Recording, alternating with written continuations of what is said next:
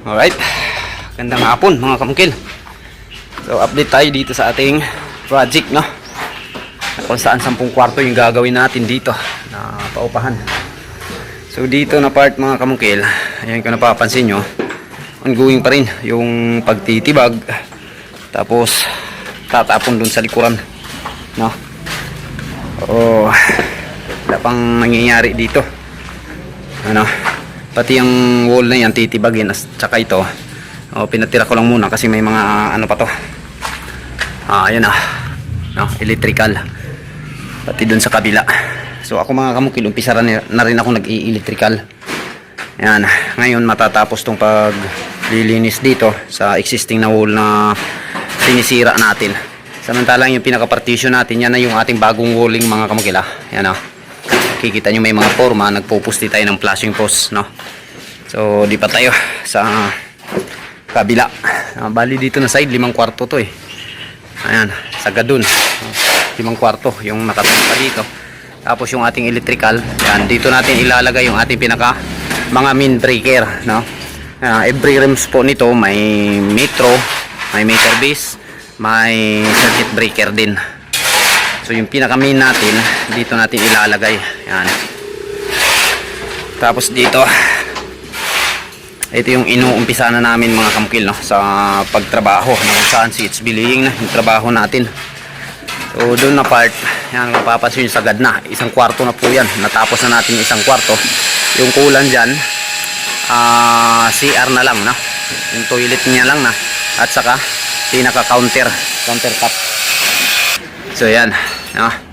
So yung pangalawang kwarto malapit na yun yan, bukas yari na yung pangalawang kwarto. Itong pangatlong kwarto natin, bukas din mayayari ito. Yung pang-4 tsaka pang-5, isang partition na to,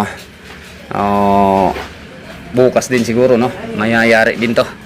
So bukas pala yung pinaka-target, no, o may possible na matatapos itong 5 kwarto sa pagpa-partition. So ang kasunod nito, kung sino yung nagpa-file sa mga partition na yan, siya yung magpapalitada, no? So kasunod nito, palitada. Proceed na tayo sa palitada. Pagkatapos magpalitada, balik tayo sa pagpa-file ng mga CR, no? Uunahin ko to dito na part mga kamukil sa pagtapos itong side na to bago kami lilipat sa kabila. So matapos yung plastering nito, tapos mga CR, pagkakabit na ng mga hamba, pwedeng isang tao na lang yung ma-assign na skill dito, no, yung makatuka sa pagkabit ng mga hamba. Samantala yung dalawa, lipat na naman dun sa kabila para mag CHB Laying. So ito, no, pang ano to mga kamukila, pag matapos tong linggo na to, pang 3 linggo na namin to na trabaho dito, mula pag demolish, no, basta mula umpisa hanggang matapos tong linggo na to, pang 3 weeks na namin to. So bukas mayayari na natin yung 5 kwarto, no? So malamang ngayong linggo na to makaano na tayo, proceed tayo sa palitada, no? Tapos magpalitada, magfa-file na naman tayo sa CR, o di kaya unahin natin lahat ng pagpa-file, no? O pagkatapos nitong 5 kwarto, balik ka agad sa pagpa-file ng CR. Pagkatapos ng CHB Laying dito na part, plastering na para isahan na lang siguro. Yun na lang yung pinakaplano ko, no? So plastering, yun yung sinasabi ko kung sino yung nagpa-file sa partition na to. Ayan, tulad nito, siya yung magpapalitada, no? Para makikita natin kung sino yung mga magaling, no? So sa papalitada mga kamukil, medyo stricto ako, no? Lalo na pinturahan, no? Kukulayan tong bahay na to, may plano yung kliyente natin. So kailangan, o walang plano, meron mong plano o wala na pakulayan, bigay natin yung magandang serbisyo, no, o pagkagawa. Ito mga kamukil, pansin nyo, tuwid na tuwid, no? Pwedeng wala ng ano yan, wala ng layout, kalis-kalis na lang, no? Ito na to, so bukas mayayari pala itong 5 kwarto, no? 1, 2, 3, 4, no? Panlima yung pinakahuli, ano, dito. Ito yung panlima. Napapansin nyo, wala pang pintuan, no? O bubutasan na lang natin yan. May mga sukat na po yan. Ito yung panlima. dito na banda, ito yung ano niya, pintuan, no? Nandito malalagay lahat ng pintuan sa side na to. Pagpasok kasi nito, lababo kaagad yung makikita eh. Samantalang dito sa labas, ayan, malinis na to dito mga kamukil.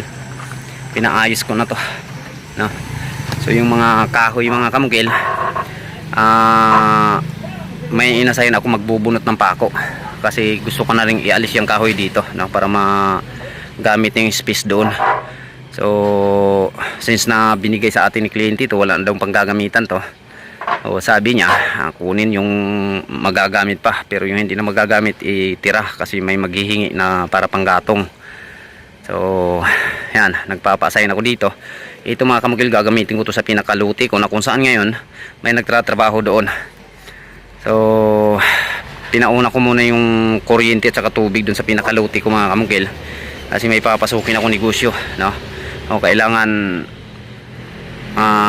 maasikaso ko din, no, yung aking kunting lote na nabili para masimulan ko na yung aking planong negosyo, no? So, sana lang kaawaan tayo ng Panginoon.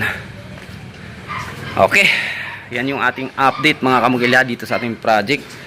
At bukas meron na naman tayong isang maliit lang na project, no, na titirahin na kung saan welding works yung tratrabahuin doon.